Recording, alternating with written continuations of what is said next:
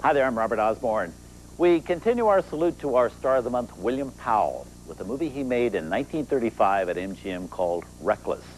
And it pairs William Powell with the lady of his life at the time, Jean Harlow. Now, when he made this movie, Powell had recently been divorced from Carole Lombard. Harlow was just out of a marriage to cinematographer Hal Rosen.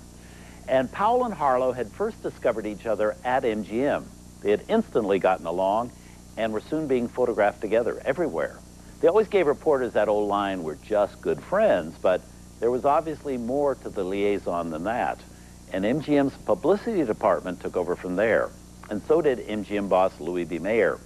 Joan Crawford had actually been set to star in this movie, but Mayer replaced Joan Crawford with Harlow, which Harlow initially resented, actually, because she felt this was an attempt to capitalize on a scandal that had occurred in her own life. The script deals with a Broadway star who marries into a wealthy family, then faces scandal and a murder charge when her husband kills himself. The plot had been loosely based on news stories about Broadway torch singer Libby Holman, who had gone through just such a trauma when she married one of the heirs to the Reynolds tobacco fortune. Well, not only was Harlow a good friend to Libby Holman, but Harlow herself had lost a husband in a very suspicious suicide.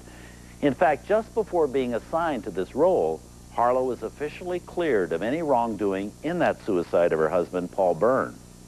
Well, Harlow was so insulted by Louis B. Mayer assigning her this role that she wasn't going to do it. But William Powell convinced her to do it because it was a good part and because they could then be together day and night. Here from 1935, Jean Harlow and William Powell in Reckless.